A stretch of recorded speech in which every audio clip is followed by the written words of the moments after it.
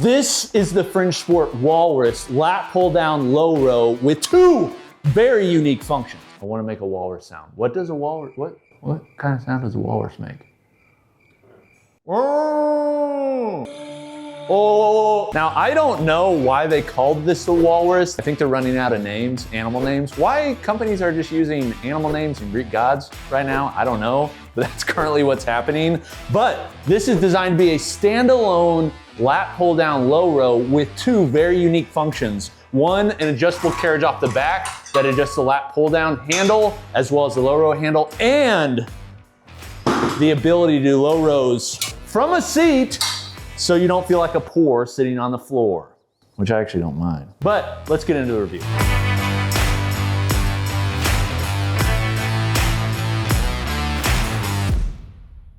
Hey guys, it's Coop from Garage Home Reviews. This is the Fringe Sport Walrus, their latest and greatest creation of a lat pull down low row that's standalone. There are a lot of ways to do lat pull downs and low rows, and a lot of them are happening integrated into racks, like this one back here, which is from ATX. We just got this, brought it back from Home Gym Con. We actually used both of these pieces. So if you'd like to see that walkthrough, you can check it out. And if you'd like to see this review in the future, let me know in the comments and subscribe because it will be forthcoming. It's actually kind of funny.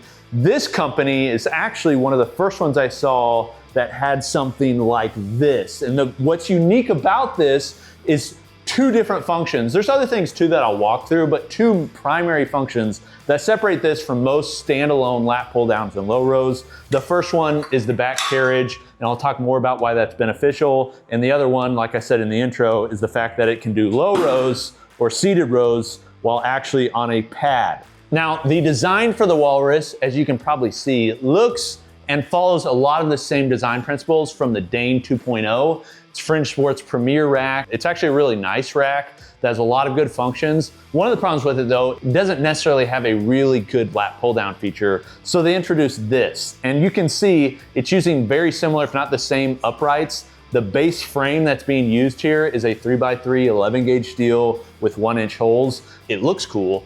It fits in with the rest of your gym. It's also using the same tubing that they're using on racks, so they probably save money, which then is a cheaper price for the customer. But then also, it actually has additional functionality because they might not have anything that's currently using these holes other than this handle here, but people come up with a lot of different ideas for using these, so now they can add attachments, which I just happen to have a couple to show you today, ways you can extend the usage of this if you purchase it that use these holes. Now, just like any standalone lat pull down low row, it's gonna take up more space than the integrated units. But the reason that you want something that's not integrated is the fact that you don't have as much setup time. And if you have the space, it's just a little bit more convenient and often has a little bit better functionality. Not in every case, but I would say in this case, this is actually a very well functioning lat pull down and low row. Now, the actual dimensions of it, it's 83 inches long at its longest point, and that's really just when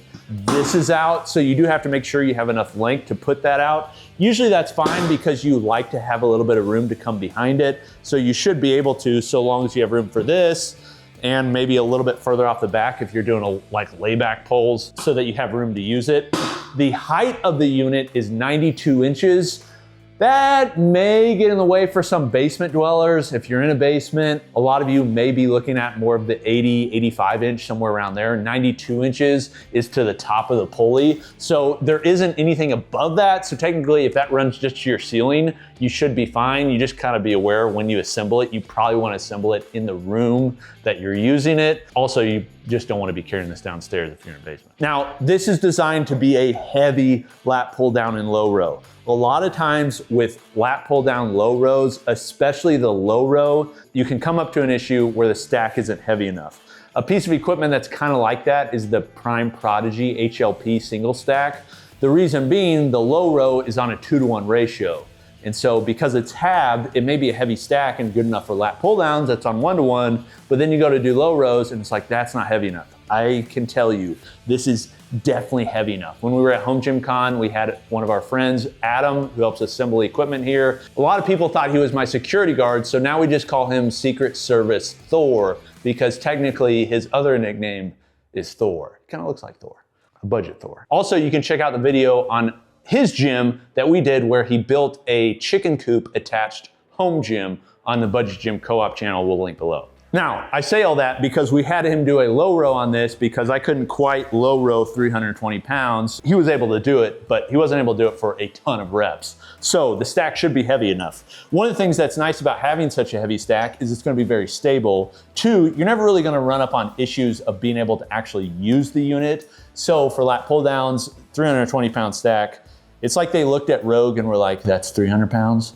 We want to go 20 pounds more. 300 pounds is the typical, and so they just threw on 2 extra plates. The other reason that they can do this is because it's got a little bit more depth in the uprights, they're using thinner plate stacks. These are the same plates that they use on the Fringe Sport Dane 2.0, which was an upgrade from the 1.0. The reason that's nice is they're longer, but also thinner, so you can stack more, and so you have more cable travel.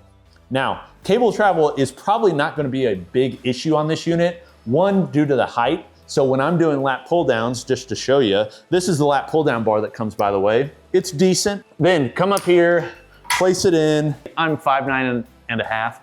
And when I do lat pull downs, I've still got a ton of pull where I have no problem reaching a full stretch. The other thing you can see is they made this unit so it sticks out a little bit of a distance, which is nice and maybe why they call it the walrus. Does that look kind of walrus-like? It's a real stretch there. It is. But this leads me to the standout feature that I think honestly is one of the reasons you'd spend a little bit more than say from some competitors. I'll do comparisons here in a moment, and that is this trolley on the back. So this is pretty much the same trolley that they use on the Dane 2.0 when they're doing the functional trainer trolleys on the front. Instead of having pulleys attached, they just have this so that you can attach the back cable. So this allows you to drop the bar so you can get pretty low with it. That's about max before the pulleys hit. That allows you to have a lower start height.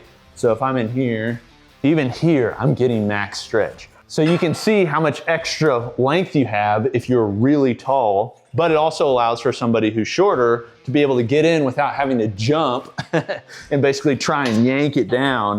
Because if you're doing really heavy lat pulls, do 210, it's a little bit easier to not have to go all the way up. Let's see if I can do more. Do you think I can do a 320 pound lat pull down? Nope. I can go about there. It's not too bad. Let's see what I can do. Let's do 270. Close. Woo! I weigh about 175, so that's not too bad. That also wasn't warm up. I also didn't have my pre-workout. I had no caffeine. I'm just kidding. The trolley allows you also to be able to do other movements that ordinarily are hard to go heavy with on a lat pull down without using chains or extra cables. An example are tricep extensions. So let me lower this to 60 pounds. This is on a 1-to-1 ratio if you haven't figured that out yet. Now you can use it for tricep extensions and you don't have to bring it all the way down to start them. Feels pretty good. Now you could say, that's not a big deal. I can just add chains, and I'd agree with you. So I don't think it's a revolutionary idea, but I do think it is evolutionary, just a little bit more innovative than other ones within this price point that are currently available in the US. But that does bring me to a critique I have with this machine, and that is the actual lat pull down thigh pad. One thing you notice, this is used in multiple ways. So it's used for lat pull downs. It's also used for low rows, which I'll show in a moment. The problem is this is a fully metal bar. It is flat, it's rounded, it's not awful, but whenever you're doing lat pull downs, you want to be stable, but you also, at least I do, I really push up against it. So typically what I'll do is I'll like get on my toes, put this down as much as I can, and then I drive up into it. The problem is there's no padding there.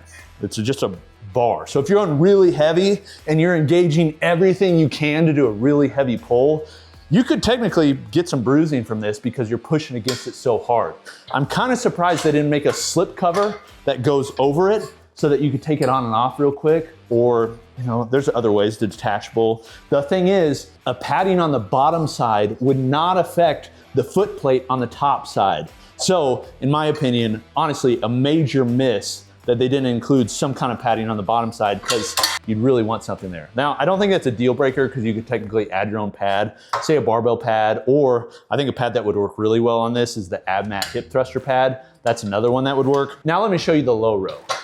I haven't done this yet, let's try it.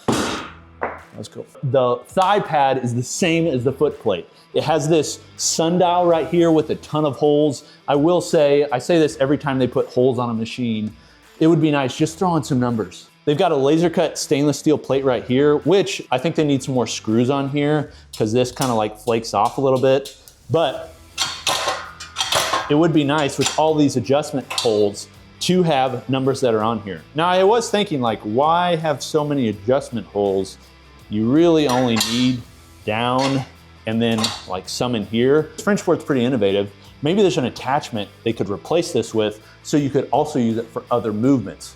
Things like chest supported rows and things like that, but we'll see. Okay, so this is the low row. Thank you, sir. One thing about the trolley that's nice, the trolley adjusts both pulleys, so both the lat pull down and the low row. So as you can see, it's out a little bit. So if I want to bring it up. Okay, so one of the things you have to be considerate of is when you are moving this, some of the pulleys don't have stays around them. So let me find a unit that would have stays. Let's go on an adventure. Okay, here we go. Okay, so a lot of machines, especially the higher end ones, will have stays on the pulleys, basically to keep the cable within. So for an example, this is the Rogue FM. You can see right there, that prevents the cable from popping out and moving side to side. Same with this one from Rep. You can see the same thing, it prevents it from moving out, which you don't necessarily need that on a machine that's not having movement of the cable.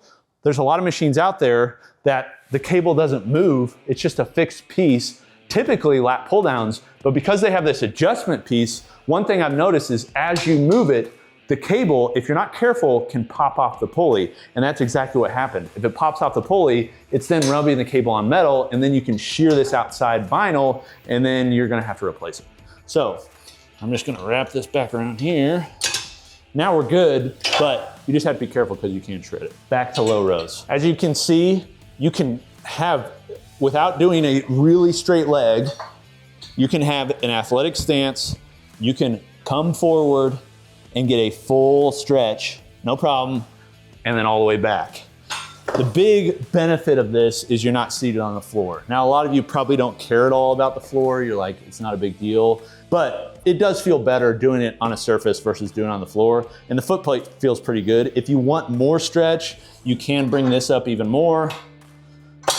It will be more of an angle, but that then allows you to push off even further, so you've got even more room to work with. One thing, and I don't know if this was because this is an early unit or something that they sent us, but it didn't have any low row handle. Like they included a lat pull down bar. A V handle isn't that expensive. It would be nice if they just included that, because once you get this in, you're gonna have to buy one. It's kind of annoying to get something out of a package and be like, oh, I can't really use it except for my lat pull down bar, and lat pull down straight bar doesn't feel really great on low row. Okay, now, there is something else I want to show you, which is the ability to use the cables for something other than lat pull downs and low rows. So because you have a pulley that's coming from mid-height, you would be able to do some other stuff if it was coming from lower, but if you position a dip handle just right, and then grab a dip belt or a belt squat belt, you can attach it, and you can adjust that trolley to get it perfectly positioned if you'd like. And suddenly you can use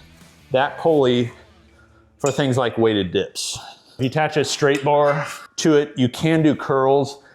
You're just likely gonna have to stand up on some boxes or something to get a little bit taller if you wanna get a full stretch. You can, it just depends on the bar you're using, but you kinda got an upright in the way. But there's other things you can potentially come up with it because you got the holes where you can use other attachments. Okay, so in a box, this is a really good unit, but the question is, how does this compare to the myriad of lat pull downs and low rows that are on the market, plus the integrated units like you got over here, Rep Aris 2.0 or Rogue Fitness, and other companies too. The price on this is $22.50 with free shipping. Now, when I first saw that price, it's like, it seems pretty high. But then I was like, well, I'm thinking in 2015 numbers, and prices have gone up for everything across the board, especially stuff that's imported because of tariffs. So if you look at the landscape today, the two most comparables I think are the Bells of Steel lat pull down, which has a 300-pound stack, and the Titan Fitness lat pull down, which also has a 300-pound stack, which that used to be like the deal of the century. I think there's a time where that thing was like $1,000. Should have bought like 50 of them and resold them.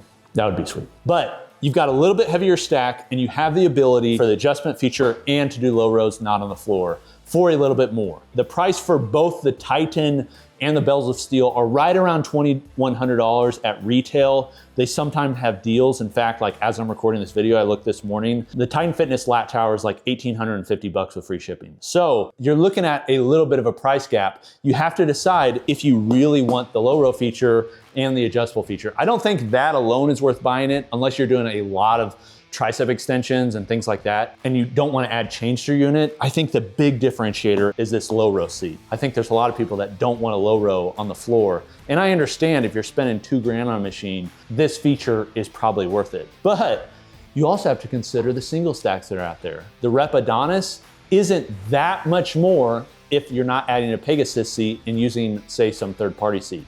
It's around $2,700 if you add a Pegasus seat with the base, with the stack loaded that also has plate loaded included. It just kind of gets hard to decide because that one also has a functional trainer unit for not that much more.